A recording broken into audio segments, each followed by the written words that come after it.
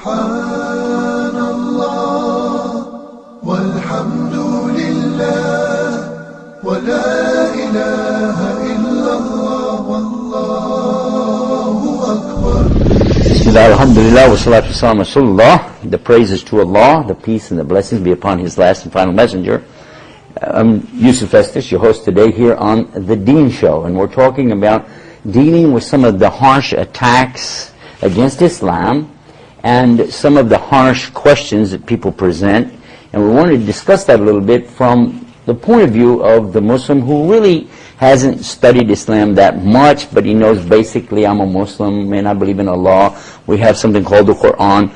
We do something called Salah 5 times a day. But really, as far as being a scholar, no, I'm not a scholar, but now I'm getting these questions coming at me and people are almost attacking me. How do I deal with that in the Western world? And this is what our program is about today. This is what we're dealing with. To be fair, I want to explain to you the other side of the coin. All right, let's understand who's coming at us and why. The reason is because there's a tremendous amount of exposure about Islam in the news, in the media, and various places. You can go on the internet and magazines that you pick up in an airport. Everywhere you go, you're hearing reminders about Islam, Islam, Islam. Most of it, by the way, is negative. It's coming from a very bad angle. It's okay, though, because as we know, it's also helping people to learn about Islam, the real Islam, and that's maybe why Islam has increased in its growth pattern more in the last decade than it did the decade before. Even before the events that took place on September the 11th in 2001, Islam was already the fastest growing religion in the world. Since that time, there have been periods when it even exceeded what it was doing before that. And the reason could be attributed to the large number of people who are seeking knowledge about Islam because they want to know, what is this religion all about? I heard this, I heard that, I hear conflicting stories, I'm seeing debates, so let me find out for myself. And then when they do, if Allah guides them, we got a new brother or a new sister in Islam. And it's been tremendous, not just here in the United States, but in Canada, even down in Mexico, South America, Central America. I just came back from Germany. I was in Australia. We were in South Africa. All this year we've been going from place to place and seeing this increase of people being curious. They want to know, become aware more of what is Islam. And we find that after they know and understand, we have a whole lot more friends and even a lot more of the folks who said, you know what, I want to believe in one God and I want to do what He wants me to do, which is what Islam is really all about. So in the interest of time, I'm not going to bore you with a whole lot of references. Those of you who know Islam, you know we have to have reference from the two sources. So understand that if you need more of that, we have it on our websites. I'm going to be talking about our websites, so you can make a note of this from the beginning, that you only need to know about one website that we have, which will help you get to all of the others. It's called Links to Islam. And you can use the number 2, or you can use TO because we bought both of them, all right? Links to Islam, and this is where you'll find the list of all of our websites there that I'm going to be talking about, so you don't have to worry about writing them all down. Now let's get started. First of all, someone comes to you and they see you perhaps dressed with your sunnah dress, your cultural background. Maybe you have a kufi on or the thobe like I'm wearing, and they say, are you a Muslim? Okay, now what you going to do? Already you're like, I don't want to be in problem here. I just want to be left alone, yeah? So you say yes. How come you're a terrorist? Okay, just like this. This could happen. Usually people aren't that way. They're usually not that way, but occasionally you see something like that. That's what I call a harsh question. But if somebody said to you, are you a Muslim? And you say yes, and he said, well, I want to know about terrorism and Islam. That's not a harsh question. There's a difference. Because one is implying that you have something to do with it, the other one is just asking a real upfront question. Here's an example that I use many times when I'm dealing with people when they do come with these questions. And the example is I asked them, do you know the difference between a question and a statement that has a question mark? When somebody asks you, answer me yes or no. Just yes or no is your two choices. Is your mother out of jail yet? That's a question, but it's a loaded question. It's a statement. It's saying your mother's in jail. I don't want to hear something like that, do you? Talk about my mother? So is your mother out of jail yet? Hey man, you talk about my... No, yes or no? My mother never been in jail. Yes or no? What are you talking about? Yes or no? Or shall we just say, well, when we asked him about his mother being in jail, he said he had no comment. So is she in jail or not? This, I would say, no. But it's not what he's asking. He's saying, is she out yet? There's the implication. You say, well, she's not in, she's therefore out. Is she out of jail? Yes, good, I'm glad she got out. See, no matter how I answer the question, it was a stacked up question. It wasn't fair. That's harsh. Even though it wasn't said in a harsh way, the harshness here is in the statement that's being implied in the question. Like when we said, how come you're a terrorist? Because I said I'm a Muslim, you automatically say this? Okay, that's not right. Well, it isn't fair. Here's another one that I've heard. Because at one point they were trying to say all Muslims are terrorists. You know that. So obviously that can't be true. All you have to do is meet one Muslim and you already know that's not true.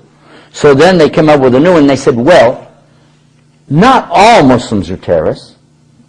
But how come it is that all terrorists are Muslims? Implying what? That any act of terror that ever happened in the world had to be a Muslim behind it. So that means Timothy McVeigh, who blew up the federal building in Oklahoma City, must have made a secret shahada. We never knew about it. Huh? The fact that he was actually a well-known Christian and what he did was because of his religion. Okay, but all of a sudden now we have to accept him as a Muslim because he did an act of terror. I want to share with you a couple of points for your own benefit about terrorism. Let's talk about this a little bit, because there are some words that have been translated into English from Quran that said terror. To strike terror in the hearts of your enemy. This is clear in Islam. Strike terror in the hearts of your enemy. Well, what's wrong with that? Is there something wrong with that? Did Mr. Bush go over to Afghanistan and tell people that, while we're bombing you, we'd like to play some nice, soft, gentle music so that you won't be terrorized? Excuse me? Of course, that goes with when you're in a war, when you're having enemies who are attacking. There's the idea of scaring them is good because maybe then they'll stop fighting and you don't have to kill them. That's even better, isn't it?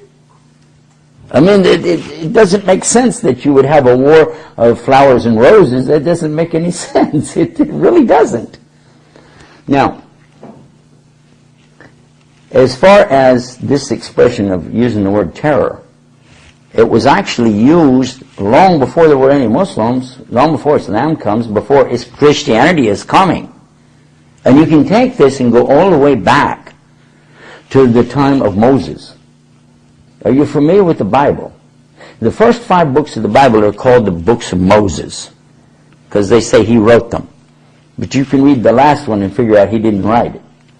Yeah, you can figure it out real easy, because it's chapter 38. That's the very last chapter of Deuteronomy. That's the last book. Deuteronomy is the last book of the 5. Chapter 38, that's the last chapter. And read it. In about verse 5, it says that when Moses was up on Moab, whatever that is, he died. It says he died. Now how do you write that down? I died. It said then he buried him. He who? Well, they capitalized the he to make you think it's God buried him. Huh? But by the way, in Hebrew there's no capital letters, nor in Greek for that matter. So that was arbitrary. He who, we don't know who buried Moses. And it says, and his grave is unknown even until this day. What day? The day that whoever wrote it. So whoever wrote that really was way after that. Okay? And you say, well, what's that got to do with terrorism? Well, keep reading, because in verse 12, the very last verse, it said that Moses was striking terror and doing acts of terror. That's the last thing it says in the 5 books of Moses of the Bible, that Moses was doing terror, causing terror. That's what it says. That's the word it says in the translation. So, what are you saying? Now, I'm saying I want to be like Moses, but I didn't say I want to do terrorism. What are you going to say? How are you going to explain this? Are you saying all the Jews are terrorists?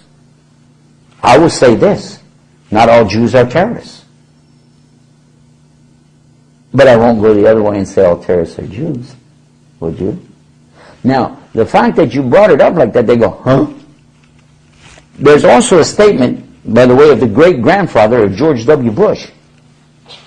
You may not know this, but it was in a New Jersey newspaper back during the Great War, they used to call it, before World War II, because his great-grandfather was the president of a bank that was financing stuff that was going to Germany. And they accused him of an act against the country of the United States and used the word terror in the article, applying it to him. So what are you really saying here? And you're trying to blame Muslims for stuff that other people really have been accused of in the past. Or how do you understand the word terror? And in fact, anybody who commits acts of aggression, unprovoked terrorism, anybody who is doing these things is out of Islam anyway. One of the key things to know about Islam is what Allah says about this. Allah says that He forbids dhulm. He does not do dhulm Himself, and He forbids us to do dhulm. What is dhulm? Any kind of oppression, any kind of terrorism, certainly. That's oppression, isn't it? And we're not allowed, you and I are not allowed to participate in something like this. And we were told by our Prophet Muhammad, peace be upon him, that you help your brother in dhulm, oppression, whether he is the one having it done to him or if he's the one doing it. And they said, we understand the first part, to help somebody who's having this oppression on him, but what about the second part? How do we help him if he's doing it? Said, stop him. Stop him. So we have been commanded by our Prophet, peace be upon him, to stop anybody, especially our brothers, who are committing any acts of aggression or oppression on other people. We're not allowed to do it, and we're not allowed to support it either. So anybody who thinks that Islam can be terrorism, I'm sorry, they're very, very much misinformed. Now, again, we'll go back to if you're in a battle, well, duh, of course that's going to go along with that. But when we're not at war with somebody and we're living in peace with our neighbors, how can we do anything to them? This is totally forbidden. It's the opposite of Islam.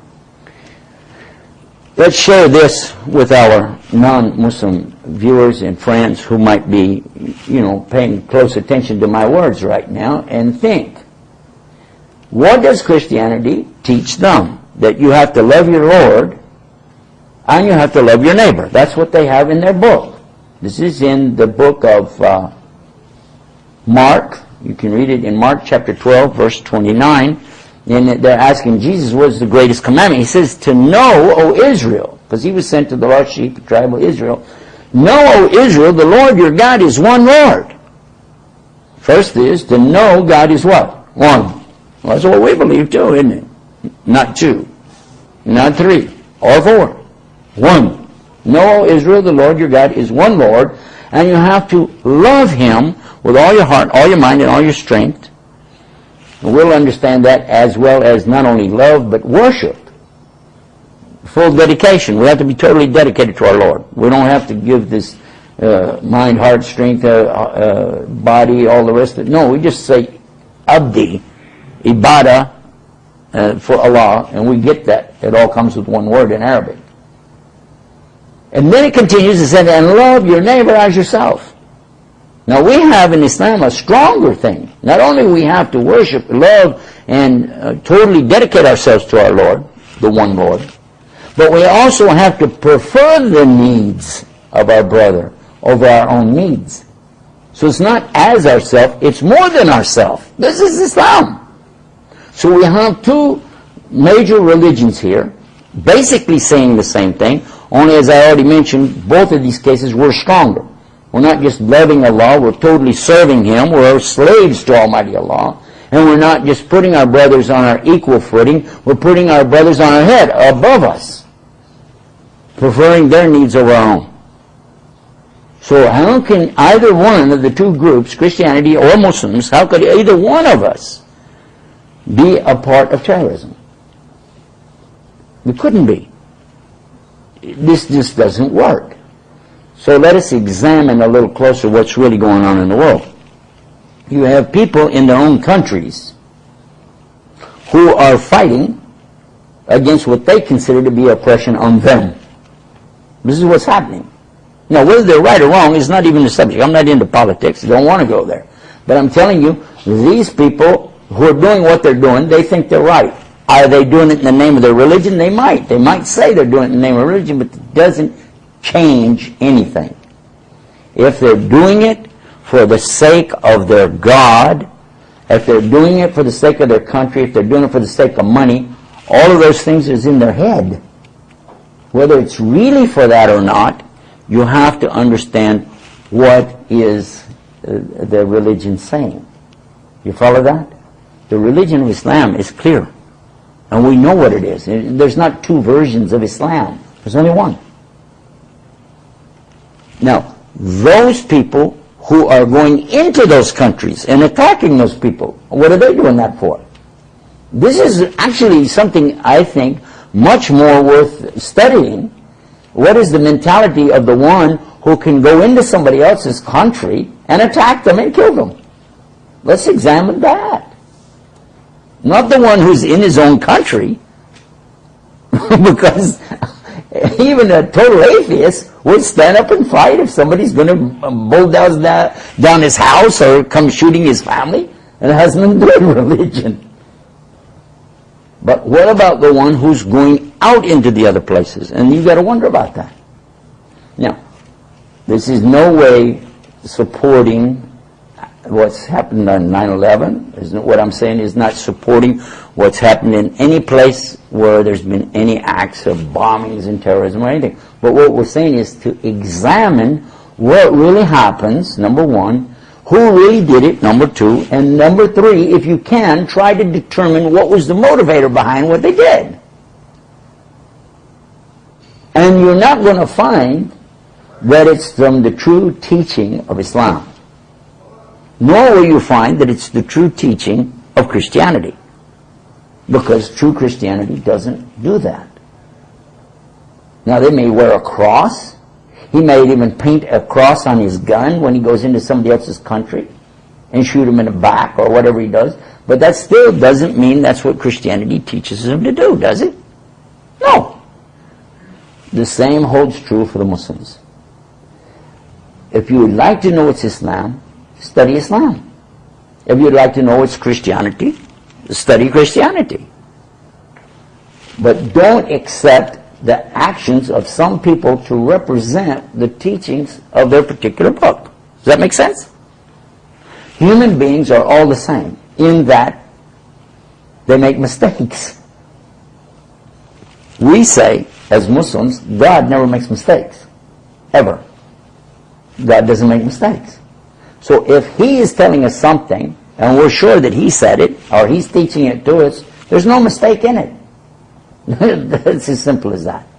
So this is one of the ways. I'm just giving you some familiarity with the topic itself. I'm not saying you have to explain all of this to somebody, but at least you should know that.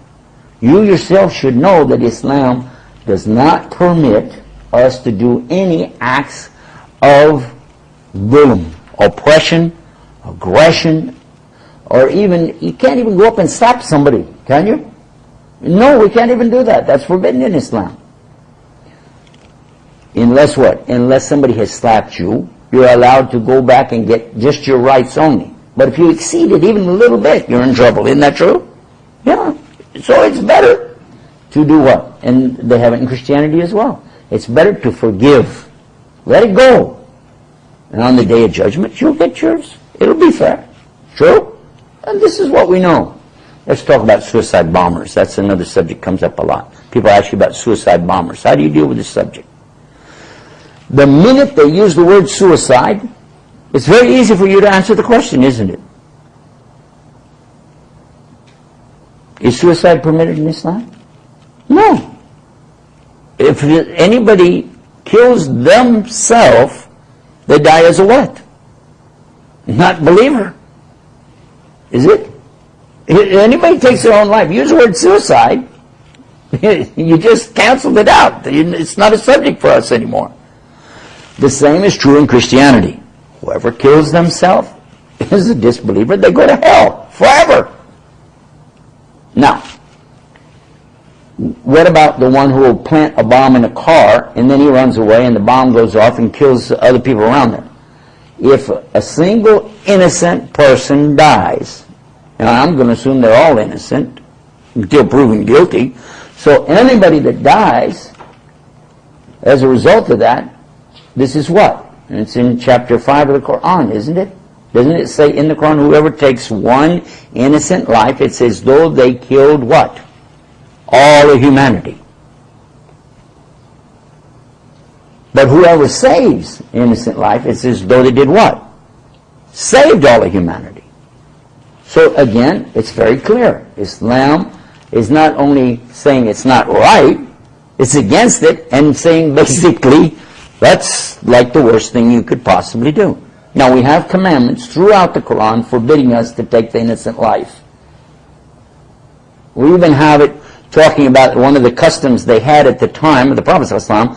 If they had a girl born to their family, they were chauvinists, they considered it a major aib or shame, and they would take this girl, baby girl, out to the desert and bury her alive, right? But in the Quran, in Juz Amma, we find that the girl who's been buried alive is asking on the day of judgment, for what sin was I killed? Why was I put to death? For what? And she will get her rights on that day. So for sure, we know this is not a part of Islam. There's the teaching right there. Now, immediately though, you'll have some who will come and say, yeah, but what about those people? They did this, they did that. I said, okay, now look, that's what we said. We're not going into politics. This is not a subject where we're going to justify what people do or how they do it. This is not the topic. But if somebody is taking innocent lives, or even their own life, this isn't what Islam is teaching. So you cannot go to the Quran and take something out of context and try to justify and say this is why we do what we do. And the ones who are not Muslim also cannot go to the Quran and say that this is how Muslims justify their aggression or their terrorism or whatever. In fact, and I'm going to wrap up this segment with this statement, just take a minute to explain.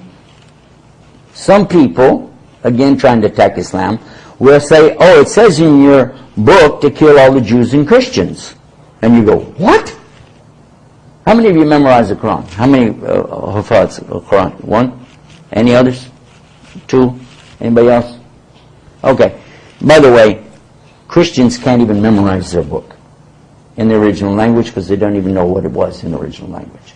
So we have the entire Quran in every city I visit. Many have memorized the Quran. It's always the same thing. So there's no doubt. There's no doubt it doesn't say anywhere in Quran to go kill all the Jews and Christians. That's a lie. You know it's a lie, and I know it's a lie. And what they quote actually is part of a verse, and then they add something to it. Look at this. Take the first few words of a verse and then add their own words afterwards. And the verse is 191 in Surah Baqarah. And it goes like this in the English translation. And kill them wherever you find them, ... and this is all the Jews and Christians. And of course the ... is where they stop. And kill them wherever you find them. And what does it actually say in Arabic? Now, what's really interesting and sad at the same time is some of the translators are relying on some of the tafsir of the earlier explanation in detail of the earlier scholars such as Ibn Taymiyyah. Whereas he's talking about jihad, but it's not mentioned in the verse. Nor is it mentioned in the verses in Surah Ma'idah, nor is it mentioned in At-Tawbah, nor is it mentioned in many of the verses where we find this exact same subject coming up again in the Quran. The word is not jihad that's being used here. Although jihad is used in the Quran, by the way, in a more general sense. The word that's being used is from the root qitl. Qatala. Qital. And it says actually in this verse, waqtuluhum. Waqtuluhum. Now, I asked ulama, scholars, exactly I need to know. And they explained it in Arabic to me, and then we talked about it in English as well. There's no doubt this says, and kill them, but it's a kind of killing. And if you said, well, there's no good kind of killing. Well, hold on, I may agree with you, but let's understand what the kind is. Because the verse before it is the setup, and it's not fair, not in the Bible, not in the Quran, not even out of a newspaper, to take a statement that starts with and not read what came before it. And it says, wa aqtuluhum. Wa means and. How come you didn't read the verse before? Well, if you read that, that totally dissolves everything they're trying to say. And of course they don't want to do that. They're used to using their Bible that way and playing with it, and they want to try to do the same thing with the Quran, not knowing that we memorize our book totally in the original language, and they can't get away with that. It's clear what it's saying in the verse before it is, for the Muslims are being ordered now to do what they were not permitted to do for 13 years. They were not permitted to retaliate against their tribal members who had been killing them, abusing them, raping them, doing everything in the world to these poor guys who were not allowed to respond back. They could only act in self-defense, but there was no organized combat to go against these the perpetrators. They were not allowed to. They were even put out in the desert to die with sanctions against them, escaped from that after a couple of years, and walked all the way to Medina, hundreds of miles away. Yes. And it wasn't until then that they were given the order by God in the Quran. Allah sends down the verse because they want to go back and perform the pilgrimage, the Hajj. But when they tried before, they'd been met by armed guards, armed forces who were ready to destroy them. But Allah is telling them now, no, you can go and you can make your Hajj and you can fight them. If they fight you, you fight them. But if they stop, you stop. Otherwise, you become the aggressor. Verily, Allah does not love the aggressor. The one who is doing dhulam, is using this word, dhulam, which I already mentioned to you. And, next verse, and kill them wherever you find them, turning them out from where they turned you out. That's why they don't want to read the rest of the verse. Because all of a sudden it becomes very clear this is a specific issue dealing with a specific time and place and people who had turned them out of their own homes and taken their property, even taken their family away from them. Now you can go back and get what is yours, reclaim what is yours, turn them out from that, and if they're killing you, you can kill them. But let us understand this word, because in the first one it said fight them. In the second one it said kill them, but these are not related in English. But in the Arabic it was the exact same word. There wasn't any difference in the Arabic. It was only the imperative, whereas in the first one it was more general. And fight them, fight them if they fight you. That's what it says. In the second one it says, and kill them, because it is waqtuluhum. Uqtul. But how do we understand it? And the word is the same word Mr. Bush uses. It's the same word that they use in the Pentagon. It's the same word that they use on the front page of the New York Times when they talk about our boys who are going to do qital to the Muslims or to the people of Iran or the people of Iraq. Whenever they're going to go to them and engage in this, what do they call it? Do they call it fighting? No, they call it combat. Yes? It's combat. They get, like a guy who gets extra combat pay. That's what they call it, combat. And combat is the word best suited in English language for this instance. Because watch, combat them where they combat you. Turn them out from where they turn you out. Because this is mortal combat, meaning people can die. So we need the compound word in English to understand it. When it says وَاقْتُلُوهُمْ, then kill them in mortal combat because they're killing you.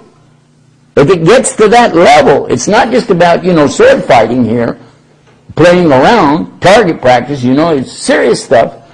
But again, you would have the same, and it says you have to stop if they stop. If they're not killing you, you're not allowed to kill them. True?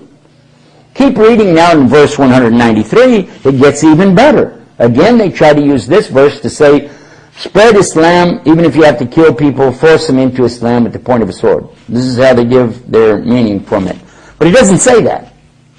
Actually, the closest to English you can get from this verse is to say that Allah is telling them here to continue fighting them. Don't stop fighting them. Because, and he uses the word kittal again, kital, this combat, until the way for Islam is made open for the people. Doesn't mean that they all have to accept Islam. It's not what it says. But Islam is open. Because, and look what Allah gives you the reason why. Because this is still better than the alternative. What is the alternative? Because there was fitna everywhere. That's the word Allah used, was fitna. What is fitna? Now, I did this because I want to show the non-Muslim or anybody studying the Quran for the first time how powerful these words are. What is fitna? They try to translate sometimes as test, you know that, or trial, test. Boy, that sure wouldn't balance here. That an all-out mortal war going on is better than a test? That doesn't make any sense, does it? No. Because watch this. I asked the scholars, already I had an idea, but I want to ask the scholars of the language, because that's fair. How would they describe in one word seeing airplanes flying to buildings, the buildings coming down, lots of people dying, glass shattering everywhere, and I described the events of 9/11 and what happened by the Pentagon near where I live in Washington. I described that. I said, in a word, what will you say? They said, fitna. I said, really? They said, yeah. There's a big fitna. I said, yeah, I agree with you. I just want to be sure that's the right word. They said, yes. I said, okay. Well, we call it terrorism. They said, well, they have another word for terrorism also in Arabic. They said, but this is also a fitna. So, okay, so fine, thank you. So now read it again and understand Allah is telling you that going into combat against your mortal enemies, those who want to see you dead, is better than allowing terrorism. So here we have, actually in verse 193, the first declaration, 1400 years ago, of the war on terrorism. Go out and fight them until there's no more terrorism. So totally, if that's what Mr. Bush is saying, we're with you all the way. No problem. If that's what you mean. Now what are they going to say? The problem is we didn't take the time to really learn what it is in English. You have an essence of it. You've sat with the scholars, you've talked with your teachers, you know that Islam doesn't permit us to ever go and hurt people for no reason. You know that we also have to defend Muslims and defend Islam. You know that. But at the same time, sometimes, and for whatever political background somebody may have and their hang-ups in their head, they may be adding a few things to Islam that don't belong there. And it's not for me to judge that either, but I'm telling you so that you and I can have at least an equal playing field with our non-Muslim folks. We're all living in the same world here. We need to realize that we have to give them their chance to understand, and they should give us a chance to explain as well. But as I already mentioned, in reference to them coming into our countries, Muslim countries that is, we'd have to wonder, what is your motivator? And I think that's a subject for another time, but certainly we are willing to talk about what we have, we'd like to know what they have. Why? And if it's for vengeance, well, we want to get even with you. I don't think that your mother had anything to do with what happened on 9/11. So why is it okay for her to die all of a sudden? Just because she's Muslim, or just because she lives in Afghanistan, or just because she lives in Iraq, all of a sudden she becomes legal prey for, no. So we have to realize that this is a two-way street. And this is usually about the time when somebody will either get up and walk away and say, I don't want to listen to this guy anymore, he's crazy. Okay, fine. But what we discussed was fair, it was open. If they have anything after that, we'll bring it. And if I misunderstood something, tell me. I want to know. It's fair. And this is what Muslims have to be fair. We have to let them say what they have to say. We have to listen to it. And if we find credibility in what they're saying, then we should adhere to what is best. And if we find something better than what we have, Islam is wanting us to go what is better. As long as you have what? Testable evidence. As long as you have proof, you go to that which is proven. Simple as that.